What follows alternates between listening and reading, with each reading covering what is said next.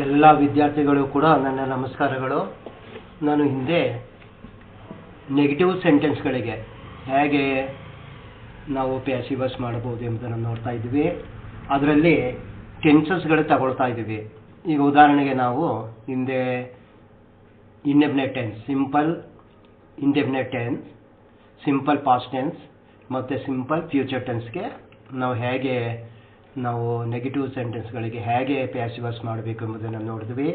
ಅಂದರೆ ನೆಗೆಟಿವ್ ಅಂದರೆ ಟೆನ್ಸಸ್ಗಳಲ್ಲಿ ನಾಟ್ ಜೊತೆ ಒಂದು ಸರಿಯಾದ ಸ್ಥಳದಲ್ಲಿ ಅದನ್ನು ಇಟ್ಟಾಗ ಅದು ನೆಗೆಟಿವ್ ಸೆಂಟೆನ್ಸ್ ಆಗುತ್ತೆ. ಉದಾಹರಣೆಗೆ ಐ ರೈಟ್ ಅಂತಿರುತ್ತೆ.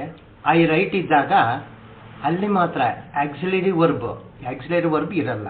ಇಲ್ಲೇನು ಹೆಲ್ಪಿಂಗ್ ವರ್ಬ್ ಅಥವಾ ಆಕ್ಸಿಲರಿ ವರ್ಬ್ ಪಕ್ಕದಲ್ಲಿ ನಾಟ್ ಅಂತ ಹಿಡಿಬೇಕು ಅಂತ ಒಂದು ಫಾರ್ಮುಲಾ ಇದೆ. ಅದು ನೆಗೆಟಿವ್ ಸೆಂಟೆನ್ಸ್ ಆಗುತ್ತೆ. ಈಗ ಉದಾಹರಣೆಗೆ ಇಲ್ಲಿ ಐ ರೋಟ್ ಅನ್ನುವಾಗ ಅಲ್ಲಿ ಆಕ್ಸಿಲರಿ ವರ್ಬ್ ಇಲ್ಲ, ಡೈರೆಕ್ಟ್ ಆಗಿ ರೋಟ್ ಅಂತ ಇದೆ, ಅಂದರೆ V2 ಇದೆ. ಅದಕ್ಕೆ ನಾವು ಸಹಾಯಕ ಕ್ರಿಯಾಪದವನ್ನು ತಗೊಂಡು ಅಂದರೆ did write, wrote is equal to did write ಅಂತ ಬರೋದು. ಅದರ ಡಿಡ್ ಪಕ್ಕದಲ್ಲಿ ನಾಟ್ ಅನ್ನು ಬರೀಬೇಕಾಗುತ್ತೆ. ಅದು ನೆಗೆಟಿವ್ ಸೆಂಟೆನ್ಸ್ ಆಗುತ್ತೆ. ಅದೇ ರೀತಿ ಐ ರೈಟ್ ಎ ಲೆಟರ್ ಅಂತಿರುತ್ತೆ. ಐ ರೈಟ್ ಎ ಲೆಟರ್ ಅನ್ನುವಾಗ ನಾವು ರೈಟ್ಗೆ ಎರಡು ಪದ ಮಾಡ್ಕೊಳ್ಳೋದು, ಡೂ ರೈಟ್ ಅಂತ. ಈಗ ಸಹಾಯಕ ಕ್ರಿಯಾಪದ ಸಿಕ್ತು ಡೂ, ಆವಾಗ ನಾವು ಅದರ ಮುಂದೆ ನಾಟ್ ಬರೆದ್ರೆ ಅದು ನೆಗೆಟಿವ್ ಸೆಂಟೆನ್ಸ್ ಆಗುತ್ತೆ. ಇನ್ನು ಮಿಕ್ಕ ಅಂದರೆ 12ರಲ್ಲಿ ಸಿಂಪಲ್ ಪಾಸ್ಟ್ ಟೆನ್ಸ್ ಮತ್ತು ಸಿಂಪಲ್ ಪ್ರೆಸೆಂಟ್ ಟೆನ್ಸ್ ಇವುಗಳಿಗೆ ಮಾತ್ರ ಡೂನ ರೂಪಗಳನ್ನು ತೆಗೆದುಕೊಳ್ಬೇಕು. ಮಿಕ್ಕ ಎಲ್ಲದಕ್ಕೂ ಕೂಡ ಸಹಾಯಕ ಕ್ರಿಯಾಪದ ಇರುತ್ತೆ.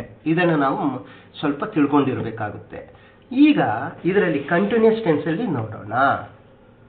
ಇಲ್ಲಿ they are not singing film songs, ಇಲ್ಲಿ ಇದು ನಾಟ್ ಇಲ್ಲ ಅಂತ ತಿಳ್ಕೊಳ್ಳಿ. They are singing film songs, ಇದು ಅಫರ್ಮೇಟಿವ್ ಸೆಂಟೆನ್ಸ್. ಇದ್ರ ಮುಂದೆ ನೋಡಿ ಆರ್ ಮುಂದೆ ನಾಟ್ ಅಂತ ಸೇರಿಸಿದಾಗ ಇದು ನೆಗೆಟಿವ್ ಸೆಂಟೆನ್ಸ್ ಆಗುತ್ತೆ. ಇದಕ್ಕೆ ಯಾವ ರೀತಿ ಮಾಡೋದು, ಸೂತ್ರ ಏನು? ಮಾಮೂಲಿ ರೀತಿನೇ, they are not singing film songs. Film songs ಇಲ್ಲಿಗೆ ಇದು ಸಬ್ಜೆಕ್ಟ್ ಆಯಿತು. ನಾನು ಮೊದಲೇ ಹೇಳಿದ್ದೀನಿ, ಆರ್ ಇದ್ದಾಗ ಈಸ್ ಆರ್ ಆಮ್ ಅಂತ ಒಂದು ಗುಂಪಲ್ಲಿ ಬರುತ್ತೆ, ಈಸ್ ಆರ್ ಆಮ್ ಅಂತ. ಅದರಲ್ಲಿ ಫಿಲಮ್ ಸಾಂಗ್ಸ್ಗೆ ಆರ್ ಬರುತ್ತೆ. ನೆಕ್ಸ್ಟ್ ತಕ್ಷಣ ನಾವು ನಾಟ್ ಹಾಕಬೇಕು. ಸಿಂಗಿಂಗ್ ಹೋಗಿ ಬೀಯಿಂಗ್ ಸಂಗ್ ಆಗುತ್ತೆ, sing sang sung. By them, film songs are not being sung by them. ಅವರು ಫಿಲ್ಮ್ ಸಾಂಗ್ಸ್ ಅನ್ನ ಹಾಡುತ್ತಾ ಇಲ್ಲ, ಪ್ರೆಸೆಂಟ್. ಫಿಲ್ಮ್ ಸಾಂಗ್ಸ್ ಅವರಿಂದ ಹಾಡಲ್ಪಡುತ್ತಾ ಇಲ್ಲ. Next, the boys are not beating the donkey. ಇದಕ್ಕೂ ಅಷ್ಟೇ, ದ ಡಾಂಕಿ ಆಬ್ಜೆಕ್ಟ್ ಸಬ್ಜೆಕ್ಟ್ ಮಾಡಿದ್ವಿ, ಸರಿಯಾದ ಬೀನ ರೂಪ ಈಸ್ ಆಗುತ್ತೆ. ನೆಕ್ಸ್ಟ್ ನಾಟ್ ಫಾಲೋ ಆಗುತ್ತೆ, ಬೀಟಿಂಗ್ ಹೋಗಿ being beaten by the boys. ಹುಡುಗರು ಕತ್ತೆಯನ್ನ ಹೊಡೆಯುತ್ತಾ ಇಲ್ಲ, ಕತ್ತೆಯು ಹುಡುಗರಿಂದ ಹೊಡೆಯಲ್ಪಡುತ್ತಾ ಇಲ್ಲ. Next, we are not speaking the truth. ನಾವು ಸತ್ಯವನ್ನು ಹೇಳುತ್ತಾ ಇಲ್ಲ. ದ ಟ್ರೂತ್ ಇದು ಈಸ್ ಆಯ್ತೆ, ಈಸ್ ಆರ್ ಎಮ್ ಅಲ್ಲಿ ಒಂದು. Not speaking, being spoken by us. ಸತ್ಯವು we are not speaking the truth, ನಾವು ಸತ್ಯವನ್ನ ನುಡಿತಾ ಇಲ್ಲ, ಸತ್ಯವು ನಮ್ಮಿಂದ ನುಡಿಯಲ್ಪಡುತ್ತಾ ಇಲ್ಲ. ಇದು ಇದರ ಅರ್ಥ. ಅಂದರೆ ಇಲ್ಲಿ ನೆಗೆಟಿವ್ ಸೆಂಟೆನ್ಸ್ನಲ್ಲಿ ಹೇಗೆ ನಾವು ಅಫರ್ಮೇಟಿವ್ ಸೆಂಟೆನ್ಸ್ ಮಾಡಿದವೋ ಅದೇ ರೀತಿ ಮಧ್ಯ ನಾಟ್ ಅಂತ ಒಂದು ಪದ ಬರುತ್ತೆ. ಇಲ್ಲಿ ನಾಟ್ ಇದೆ, ಇಲ್ಲಿ ನಾಟ್ ಬರುತ್ತೆ. ಅಂದರೆ ಎಲ್ಲಿ ಬರುತ್ತೆ? ಆಕ್ಸಿಲರಿ ಆದ ನಂತರ ಬರುತ್ತೆ. ಅದು ಸ್ವಲ್ಪ ನೆನಪಿನಲ್ಲಿ ಇಟ್ಕೋಬೇಕಾಗುತ್ತೆ. ಈಗ ಇದಕ್ಕೆ ನೋಡೋಣ, ಪಾಸ್ಟ್ ಕಂಟಿನ್ಯೂಸ್ ಟೆನ್ಸ್ ಇದೆ. ಇಲ್ಲೂ ಅಷ್ಟೇ, ಇದು ಅಫರ್ಮೇಟಿವ್ ಸೆಂಟೆನ್ಸ್ ನಲ್ಲಿ Rani was driving a red car ಅಂತಿತ್ತು. ಅವಾಗ ವಾಸ್ ಪಕ್ಕದಲ್ಲಿ ನಾಟ್ ಅಂತ ಬರೆದ್ರೆ ಇದು ಆಕ್ಸಿಲರಿ ಹೆಲ್ಪಿಂಗ್ ವರ್ಬ್ ನ ಮುಂದೆ ನಾಟ್ ಬರೆದ್ರೆ ಇದು ನೆಗೆಟಿವ್ ಸೆಂಟೆನ್ಸ್ ಆಗುತ್ತೆ. ಈಗ ಇದಕ್ಕೆ ಯಾವ ರೀತಿ ಮಾಡೋದು? ಎ ರೆಡ್ ಕಾರ್ ವಾಸ್, ಇಲ್ಲಿ ವಾಸ್ ಅಥವಾ ವರ್ ಒಂದು ಬರುತ್ತೆ. Red car was, not driving being driven, drive ರೋಡ್ ಡ್ರಿವನ್. ಬೈ ರಾಣಿ ಹೋಗಿ ರಾಣಿ, ರಾಣಿಯು ಒಂದು ಕೆಂಪು ಕಾರನ್ನು ಓಡಿಸುತ್ತಾ ಇರಲಿಲ್ಲ. ಒಂದು ಕಾರು ರಾಣಿಯಿಂದ ಓಡಿಸಲ್ಪಡುತ್ತಾ ಇರಲಿಲ್ಲ. ಈಗ ಇಲ್ಲಿ the servant was not sweeping the room. ಇದಕ್ಕೆ ಹೇಗೆ? ದ ರೂಮ್ ವಾಸ್ ಅಥವಾ ಅವರಲ್ಲಿ ಒಂದು, ಅಂದ್ರೆ ದ ರೂಮ್ ಇರೋದ್ರಿಂದ ವಾಸ್ ಆಗಬೇಕು. Not sweeping being swept, by ಅನ್ನು ಸೇರಿಸಬೇಕು. ದ ಸರ್ವೆಂಟ್ ಇದು ಸಬ್ಜೆಕ್ಟ್ ನ ಆಬ್ಜೆಕ್ಟ್ ಮಾಡಿದ್ವಿ. ಇದು ದ ಸರ್ವೆಂಟ್ ಏನು? ರೂಮ್ ಅನ್ನ ಗುಡಿಸುತ್ತಾ ಇರಲಿಲ್ಲ. ರೂಮು ಸರ್ವೆಂಟ್ ನಿಂದ ಗುಡಿಸಲ್ಪಡುತ್ತಾ ಇರಲಿಲ್ಲ. ಈಗ ಇಲ್ಲಿ ಈ was not milking the cow, ಅವನು ಹಸುವಿನ ಹಾಲನ್ನ ಕರೆಯುತ್ತಾ ಇರಲಿಲ್ಲ. The cow was not milking ಹೋಗಿ ಬೀಯಿಂಗ್ ಮಿಲ್ಕ್ಡ್ ಬೈ ಹಿಮ್, ಹಸು ಅವನಿಂದ ಹಾಲು ಕರೆಯಲ್ಪಡುತ್ತಾ ಇರಲಿಲ್ಲ. ಈಗ ಪರ್ಫೆಕ್ಟ್ ಟೆನ್ಸ್ ನೋಡೋಣ. ಇದರಲ್ಲೂ ಅಷ್ಟೇ, ಇಲ್ಲಿ ಇದು ಸುಲಭ. ಪರ್ಫೆಕ್ಟ್ ಟೆನ್ಸ್ ಅಲ್ಲಿ ಮೂರಲ್ಲೂ ಕೂಡ ಸುಲಭವಾಗಿ ಮಾಡಬಹುದು. ಯಾಕಂದ್ರೆ ಇಲ್ಲೇ V3 ಫಾರಂ ಇರುತ್ತೆ. ಅಂದ್ರೆ ಪರ್ಫೆಕ್ಟ್ ಟೆನ್ಸ್ ಸೂತ್ರ ಏನು? Verb to have plus V3. Negative ಆದ್ರೆ verb to have plus not plus V3. ನೋಡಿ, the P1 has not rung the bell. ಇಲ್ಲಿ ದ ಬೆಲ್, ಇಲ್ಲಿ ಹ್ಯಾಸ್ ಅಥವಾ ಹ್ಯಾವ್ ಎರಡರಲ್ಲಿ ಒಂದು ಬರುತ್ತೆ. ದ ಬೆಲ್ ಇರೋದ್ರಿಂದ ಹ್ಯಾಸ್ ಬಂತು. ನಾಟ್ ತಕ್ಷಣ ಆಕ್ಸಿಲರಿ ವರ್ಬ್ ತಕ್ಷಣ ಹಾಕಬೇಕು. ಇದೇನಿದು? ಪರ್ಫೆಕ್ಟ್ ಟೆನ್ಸ್, ಅದರಿಂದ ಬೀನ್ ಬರುತ್ತೆ. ಬಿ ಫಾರ್ಮ್ ಬೀನ್ ಬಂದು ಇಲ್ಲೇನಿದೆ? ರಂಗೆ ಬರುತ್ತೆ. ಮೂನು ಅಂದ್ರೆ ಇಲ್ಲೇನಿದೆ ಅದೇ ಬರುತ್ತೆ. By the P1. The P1 has not rung the bell. The P1 bell ಅನ್ನ ಬಾರಿಸಿಲ್ಲ. The bell has not been rung by the P1. Bell P1 ನಿಂದ ಬಾರಿಸಲ್ಪಟ್ಟಿಲ್ಲ. ಸುಲಭ ಇದು. Has not rung, has been rung ಮಧ್ಯೆ ನಾಟ್ ಸೇರುತ್ತೆ. ಇದು has not bitten Har.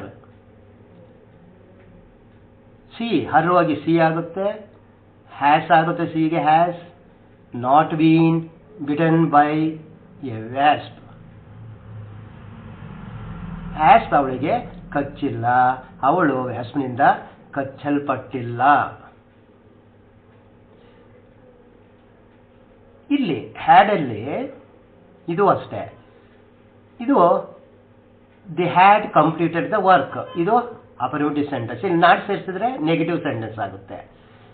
The had not completed the work, ಅವರು ಕೆಲಸವನ್ನ ಮಾಡಿರಲಿಲ್ಲ. ಇಲ್ಲಿ ದ ವರ್ಕ್ ಹ್ಯಾಡ್ಗೆ ಹ್ಯಾಡೆ, ಇಲ್ಲಿ ನೋ ಚೇಂಜಸ್. ಇಲ್ಲಿ had completed, had been completed ಬರೆದ್ರೆ ಸಾಕು. ಇಲ್ಲಿ ಇದು ಏನೇ ಆಗಿರ್ಬೋದು, ಪರ್ಸನ್ ಮತ್ತೆ ನಂಬರ್. ಅದರಿಂದ ಹ್ಯಾಡ್ಗೆ ನೀವು ಬಂದಾಗ ಆರಾಮವಾಗಿ ಹ್ಯಾಡನ್ನೇ ಹಾಕಬಹುದು. Not been completed, completed by them. ಕೆಲಸವು ಅವರಿಂದ ಪೂರ್ಣಗೊಂಡಿರಲಿಲ್ಲ. I had not done the exercise, ನಾನು ಎಕ್ಸಸೈಸ್ ಅನ್ನ ಮಾಡಿರಲಿಲ್ಲ. The exercise had not been done by me, exercise ನನ್ನಿಂದ ಮಾಡಲ್ಪಟ್ಟಿರಲಿಲ್ಲ. Had not been. ನೋಡಿ, we had not written the letter, ನಾವು ಪತ್ರವನ್ನು ಬರೆದಿರಲಿಲ್ಲ. The letter had not been written by us, ಪತ್ರವು ನಮ್ಮಿಂದ ಬರೆಯಲ್ಪಟ್ಟಿರಲಿಲ್ಲ. ಇದು ಇದರ ಅರ್ಥ. ಇನ್ನು ಫ್ಯೂಚರ್ ಪರ್ಫೆಕ್ಟ್ ಟೆನ್ಸ್ ನೋಡೋಣ. ಇಲ್ಲಿ ನೋಡಿ, the gardener will not have water the plants ಅಂತ ಬಂದಾಗ ಕೆಲವರಿಗೆ ಸಂಶಯ ಬರುತ್ತೆ. ಆಕ್ಸಿಲರಿ ತಕ್ಷಣ ನಾಟ್ ಬರೀಬೇಕು ಅಂತ ಹೇಳಿದ್ರೆ ಇಲ್ಲಿ ಹ್ಯಾಡ್ ನಾಟ್ ಕಂಪ್ಲೀಟೆಡ್ ಇದೆ. ಹ್ಯಾಡ್ ಕಂಪ್ಲೀಟೆಡ್ಗೆ ಹ್ಯಾಡ್ ನಾಟ್ ಕಂಪ್ಲೀಟೆಡ್, ಇಲ್ಲಿ ಹ್ಯಾಡ್ ಡನ್ಗೆ ಹ್ಯಾಡ್ ನಾಟ್ ಡನ್. ಅಂದರೆ ವಾಟ್ ವಿ ಹ್ಯಾವ್ ನಂತರ ಇಲ್ಲಿ ನಾಟ್ ಬರಬೇಕು, ಇಲ್ಲಿ ನಾಟ್ ಹಿಂದೆ ಬಂದಿದೆಯಲ್ಲ ಅಂತ ಸಂಶಯ ಬರಬಹುದು, ಡೌಟ್ ಕೆಲವರಿಗೆ ಬರಬಹುದು. ಒಂದು ವಿಷಯ ಏನಂದ್ರೆ ಫಸ್ಟ್ ಆಕ್ಸಿಲರಿ ಅಥವಾ ಹೆಲ್ಪಿಂಗ್ ವರ್ಬ್, ಇದು ಕೂಡ ಹೆಲ್ಪಿಂಗ್ ವರ್ಬೇ. ಆಕ್ಸಿಲರಿ, ಪ್ರೈಮರಿ ಆಕ್ಸಿಲರೀಸ್ ಮತ್ತೆ ಮಾಡೆಲ್ ಆಕ್ಸಿಲರೀಸ್ ಅಂತ ಇದು ಕೂಡ.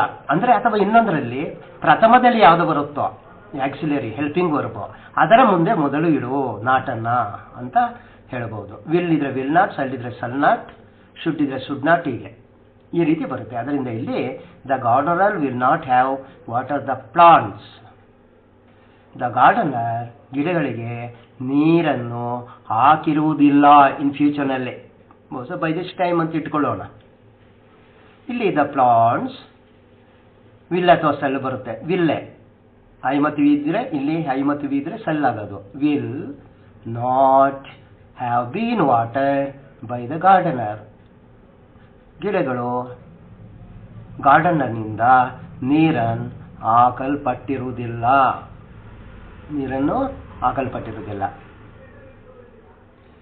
ಐ ಶಾಲ್ ನೋಡಿ, ಐಗೆ ಸಲ್.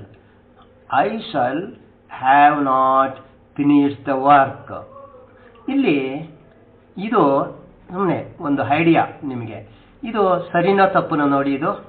ಯಾಕಂದ್ರೆ ನಿಮಗೆ ಒಂದು ಈಗ ಮೊದಲೇ ಹೇಳಿದೆ ನಿಮಗೆ, ಇಲ್ಲಿ ಐ ಶಾಲ್ ಹ್ಯಾವ್ ನಾಟ್ ಇದೆ, ಐ ಹ್ಯಾವ್ ನಾಟ್ ಫಿನಿಶ್ಡ್ ಅಂತ. ಇದು ಬಂದು ಇಲ್ಲಿ ಇದೆಯಲ್ಲ, ಇದು ಬಂದು ಇಲ್ಲಿ ಬರಬೇಕು. ಇಲ್ಲಿ ಐ ಶಾಲ್ ಆದಮೇಲೆ ನಾಟ್ ಬರಬೇಕು. ಇಲ್ಲಿ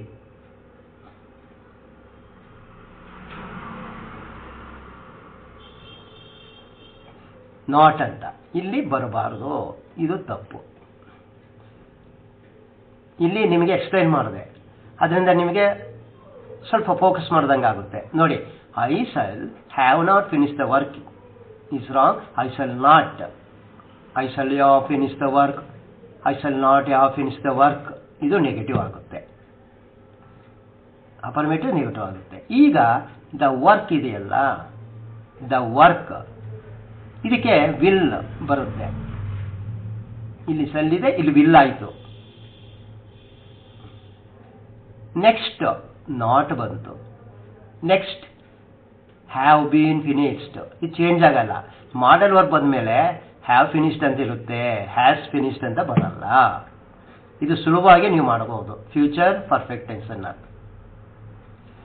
I shall not have finished the work, ನಾನು ಕೆಲಸವನ್ನ ಪೂರ್ಣಗೊಳಿಸಿರುವುದಿಲ್ಲ, ಕೆಲಸವು ನನ್ನಿಂದ ಪೂರ್ಣಗೊಳಿಸಲ್ಪಟ್ಟಿರುವುದಿಲ್ಲ. ಇದು ಇದರ ಅರ್ಥ. ಹೀಗೆ ನಾವು ಇಲ್ಲಿ ನೋಡಿ, ವಿಲ್ ಜಾಗದಲ್ಲಿ ಏನೇ ಮಾಡಲ್ ವರ್ಬ್ ನೀವು ಇಟ್ಕೋಬಹುದು. ವಿಲ್ ಜಾಗದಲ್ಲಿ ಶುಡ್ ಇರಬಹುದು, ಏನಾದ್ರು ಇಟ್ಕೊಳ್ಳಿ, ಇದೇ ರೀತಿ ಮಾಡಬಹುದು. The gardener should not have water the plants, the plants should not have been watered by the gardener. ಹೀಗೆ the gardener might not have water the plants, the plants might not have been water by the gardener. ಹೀಗೆ any modal verbs ಅನ್ನ ಈ ಸ್ಥಳದಲ್ಲಿ ಇಟ್ಟುಕೊಂಡು ಈ ರೀತಿ ಮಾಡಬಹುದು. ಇದುವರೆಗೆ ನಾವು ನೆಗೆಟಿವ್ ಸೆಂಟೆನ್ಸ್ಗಳಿಗೆ ಹೇಗೆ ನಾವು ಪ್ಯಾಸಿವ್ ವಾಯ್ಸ್ ಮಾಡಬಹುದು ಎಂಬುದನ್ನು ನೋಡಿದ್ವಿ. ಮುಂದೆ ನಾವು ಇಂಟರಾಕ್ಟಿವ್ ಗಳಿಗೆ ಹೇಗೆ ನಾವು ಪ್ಯಾಸಿವ್ ವಾಯ್ಸ್ ಅನ್ನ ಮಾಡಬಹುದು ಎಂಬುದನ್ನು ನೋಡೋಣ. ಧನ್ಯವಾದಗಳು.